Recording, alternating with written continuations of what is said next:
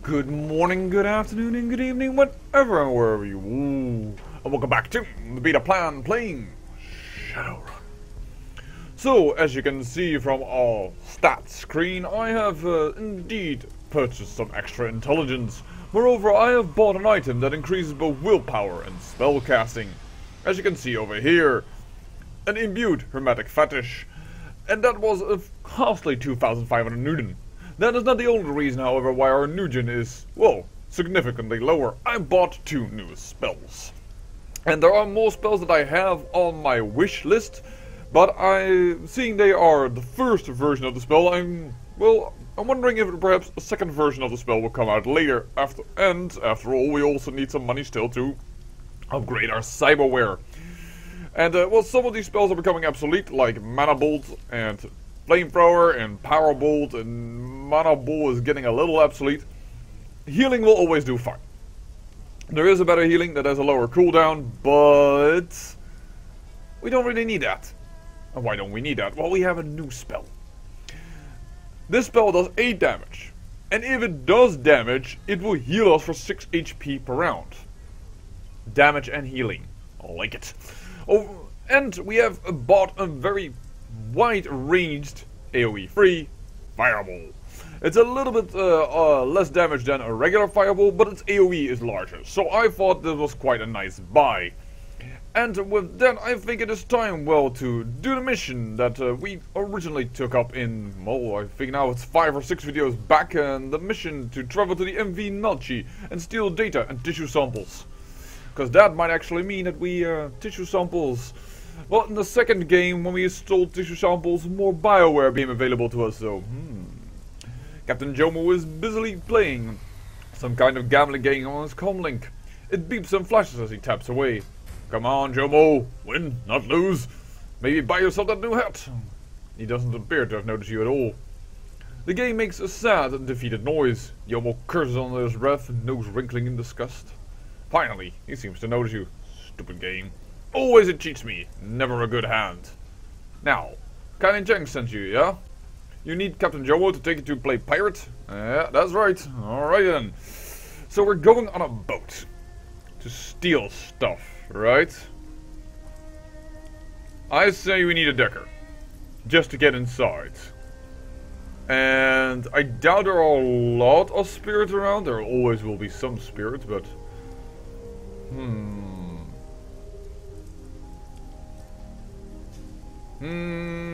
I say you're going to go with... Well, Gaichu can heal himself, which is really handy. Nowadays, I have given him the ghoul option, so... We have a frontlighter, but also now, thanks to my new spells, I can also have some reach.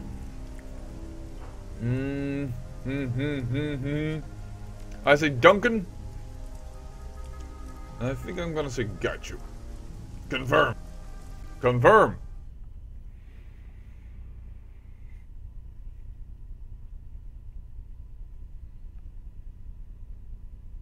After all, on the last mission towards Ares, we had Gubbet with us and we had Rector with us. So let's give the other people in the team some love.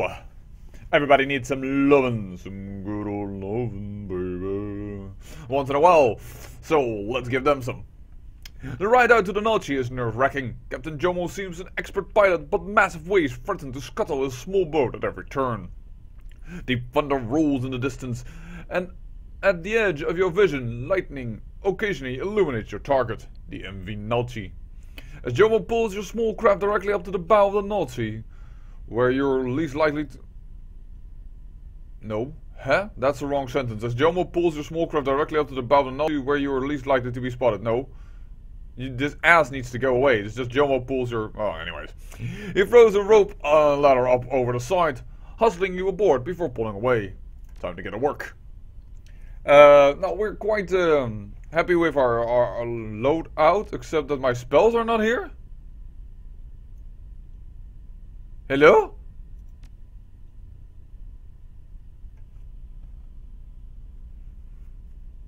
Let's confirm that and see what happens, because that is really weird.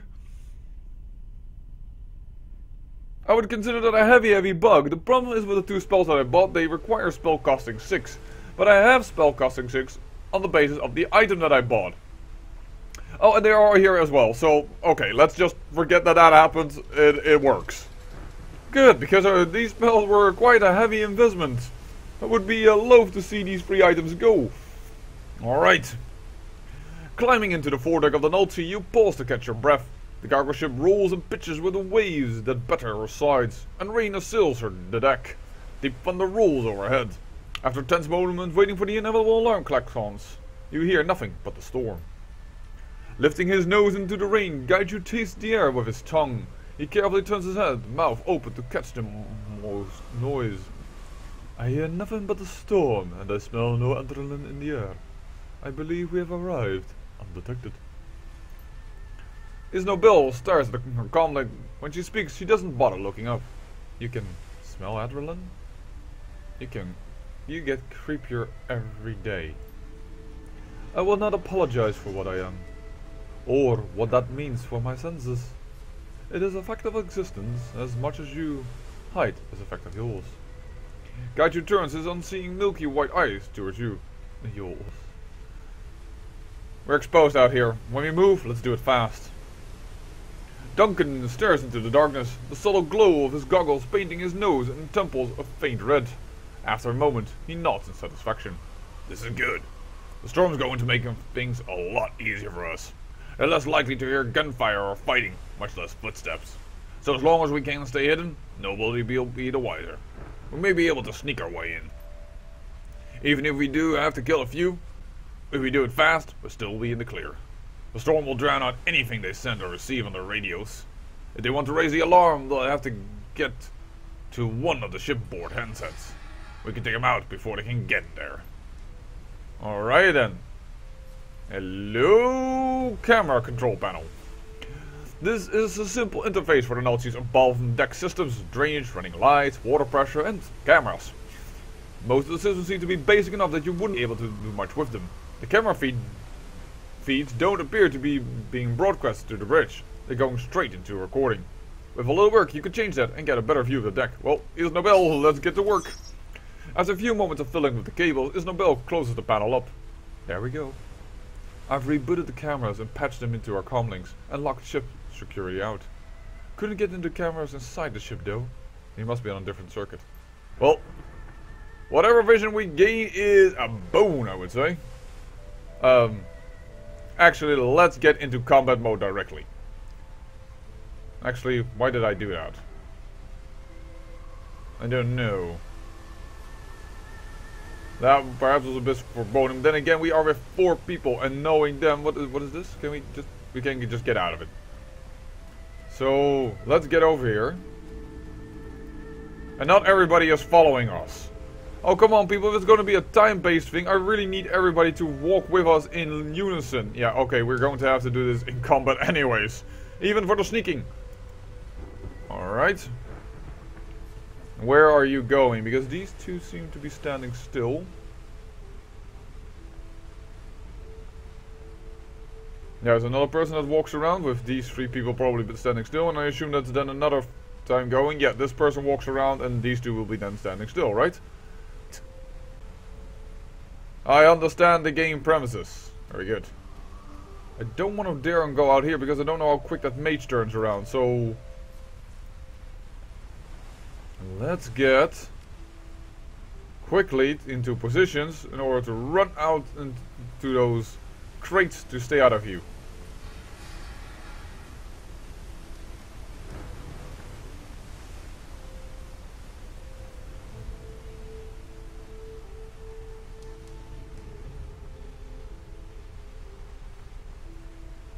There is the mage. Darn it. If we walk over now, we're going to be spotted. In fact, let's get back here. I think we're going to have to sneak the other way around. If we want to have any chance of doing it. Well, I'm not saying that you wouldn't be able to do it this way around, but it might now be better to just do it this way. Ooh, I may have put Gaiju in a bit of a precarious position over here. I don't know what his field of view is or how far his field of view is. This isn't a game where you can just hit a button and see the enemy's field of view or where they would see alarm or not raise an alarm. Okay, he didn't raise an alarm. Very good. So let's assume he's more or less behind the crates.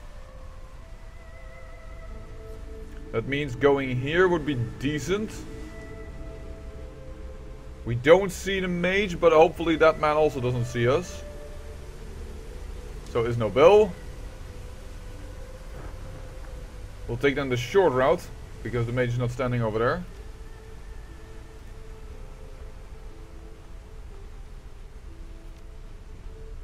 Alright. Everybody in position. Where the heck is now my life siphon? In the lower corner. Did you notice that? My life siphon wasn't in the hot bar. I really hope I will be able to make use of these spells. Perhaps the game has a little bit of trouble that I bought the amulet and don't actually have the true spellcasting 6. Like, here, where's... My life siphon here isn't being shown.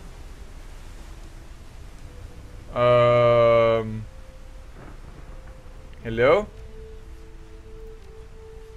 I have life siphon there. Perhaps I want to get my spellcasting up to 6 anyways. The idea was actually to prevent that by buying the amulet so that we didn't have to use 6 of our karma just to get our well, our spellcasting up. And that would allow us to put it in a different attribute, increasing, for instance, our close combat skills naturally. But yeah, the way that it looks now, I might need to put it in there anyways, otherwise my spells are going to be very, very at random, ad hoc, or what have you, if they are available to me or not. Well, it isn't too bad to get extra spellcasting increase, because if you increase your spellcasting, you get a higher chance to hit. So it would be easier to hit my fireball in the location there where I want it to go. So it wouldn't be all too bad. It wouldn't be like a complete waste, but I rather would have prevented that. That's just a problem, of course, however, of the way that we as the beta plan move about in this game. I like to do something a little different, and when you're going about 2 styles at the same time, well, you're bound to lose some points to, well, be able to do both of them. Okay, we're sneaking around pretty good here already. Let's hope this man doesn't turn to the right ever. Like, ever. Ooh. Okay. I think we have just by accident split the party. And you should never split the party. Yeah, but you are oblivious. You didn't know that we sneaked by you. But yeah, these two need to get away before she sees us, and we can't walk, or otherwise we will go right through her field of vision. So walk all the way back there. Hopefully that is out of sight, because you don't have cover there officially. Oh bloody hell! Into this corner then perhaps, and then wait with moving the other two.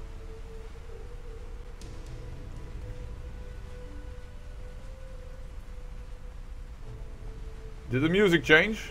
Let's not move Isnobel at all. Let's not move Isnobel at all, because that guard may be just on the verge of seeing me or not seeing me. This guard. It's now looking forward, but otherwise, yeah. So let's just skip the turn. Whew. Sometimes it's better actually to do nothing in a stealth game, to just sit tight and wait until the next cycle when they walk around their path.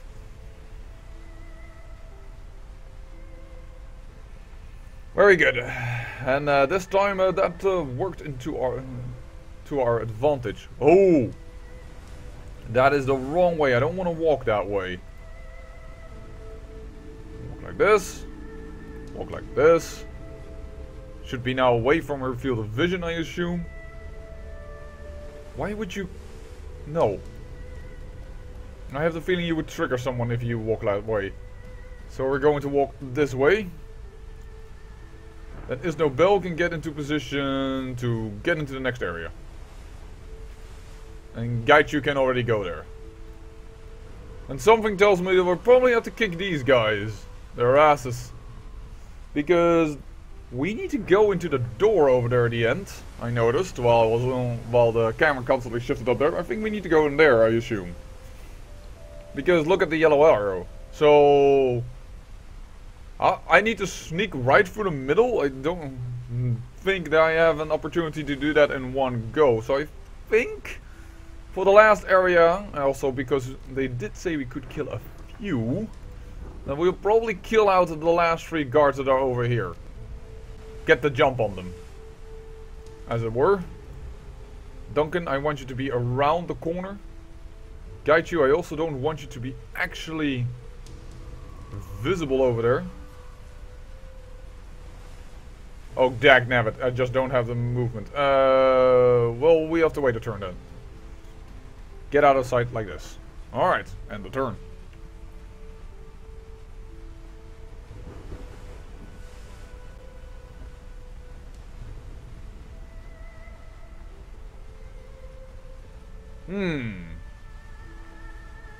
This is unfortunately too bad because, well, we already sneak by, but we constantly still see something of that. I'm going to skip another turn because I don't know if I would bring Deathclaw in if that person would still not see her or will see her.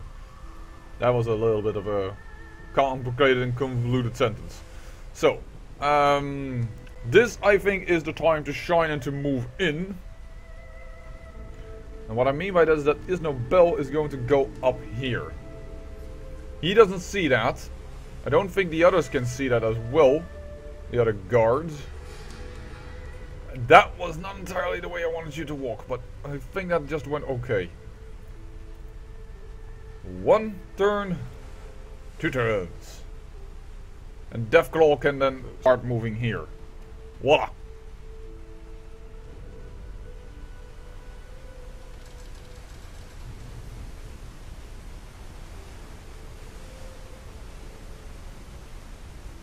Oh, yeah, we're spotted. Definitely, we've been spotted.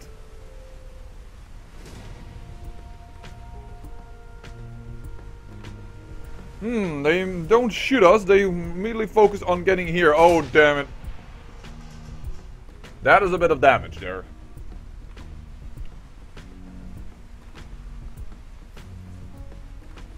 Alright, let's see what we can do. First of all, bring down this man. And you see now that we haven't increased our strength in a while, our percentage to hit is only 88%, which is quite a bit lower than the 90 something that we had in the beginning.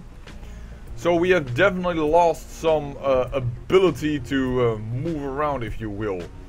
No, that is not what we need right now. No pencil on the negative.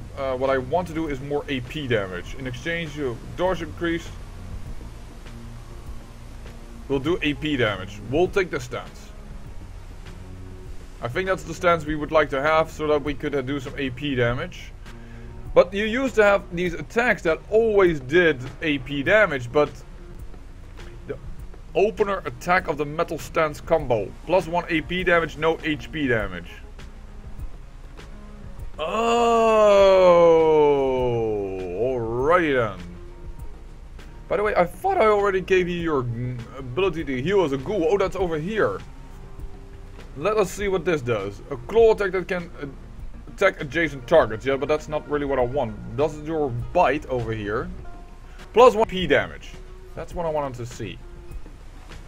Because if we can do an AP damage on the bite, we also get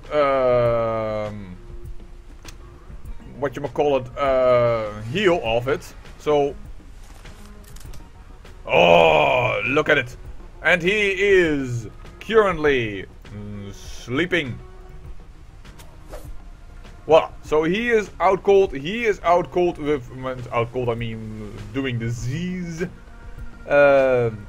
We have both cover on both sides here, so we're going to go for that, and then we're going to go with a hit that should also reduce your AP. By the way, 50% hit is really, really low, I must say. Oh dear, these guys are hard to hit.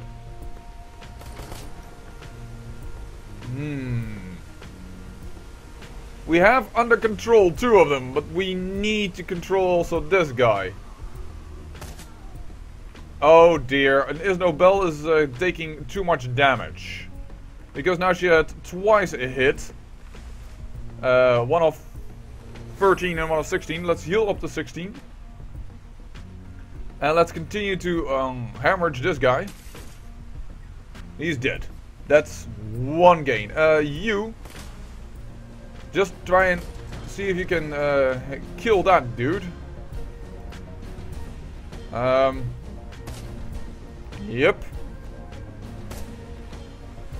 Are you bleeding? Yes, you are. Darn it, and I didn't check how much HP you have, but I think that's low enough. What we're going to do is we're going to get Gaichu up in front of here. Hopefully that will make him either want to move to this thing or to raise the alarm, or we can get some AP damage on him. No, darn it, no AP damage. Darn!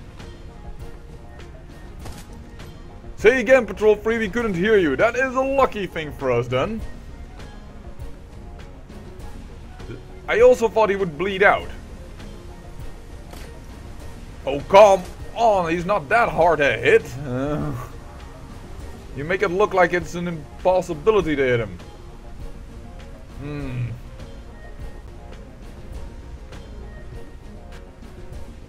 Duncan, can you flank? And can you finally hit something? Because you have not hit a single hit, I think, yet. Again a miss. Holy heck. And Gaichu has taken damage, but we have a bite. We should be able to heal that up. And do some AP damage in the process. No, we missed. Dagnabbit. Oh, we're in stance metal 1. I'm not sure if that is the stance we wanted, but... Oh, he is moving in. Most likely he's trying to get to... most of the time the AI is programmed that way, that they want to definitely get the message through. But I think in this case that will be your downfall. Yes, thank you so much, Deathclaw. We can always count on you. Oh, except that I misclicked, but that's completely my own fault. I must say that Isnobel's chance to hit is really low, as well as, and that I find just appalling. Look at the percentage hit chance of Duncan, who is supposed to be a good ranged person. Oh well. I think it's time that we head into the next area. Very nice, and there we go. As you can creep down onto D deck, the ship is eerily quiet. The sound of the withering storm is muted to low moans of wind and shuddering vibrations when lightning strikes. Collecting yourself, you listen carefully for any other sounds. Nothing. Your presence on the ship appears to be as yet unnoticed. Duncan cocks his head, listening intently. That's the kind of thing I like to hear, Deathclaw. Nothing but the weather. As long as we don't get into a fight down here, we'll stay clear of trouble. Any gunfire will get their attention, and fast. Let's get the data and samples, and get the hell out of here. Exactly. Let's wrap this job. Stay low, and keep your eyes and ears open. No reason to cause a fuss if we can avoid it. Well, that is going to be somewhat difficult, because I have the feeling that as soon as we open a door, we might just run into somebody. How is our HP for everybody? I am fully up.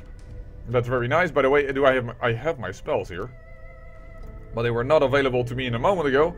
Isabel is quite hurt, and well, Gaichu is a little wounded. Not something that I would consider drastic. Well, but doing the D deck, doing the lower deck, I think is for the next episode. And I say I thank you for watching, and remember, great peril yields great beauty.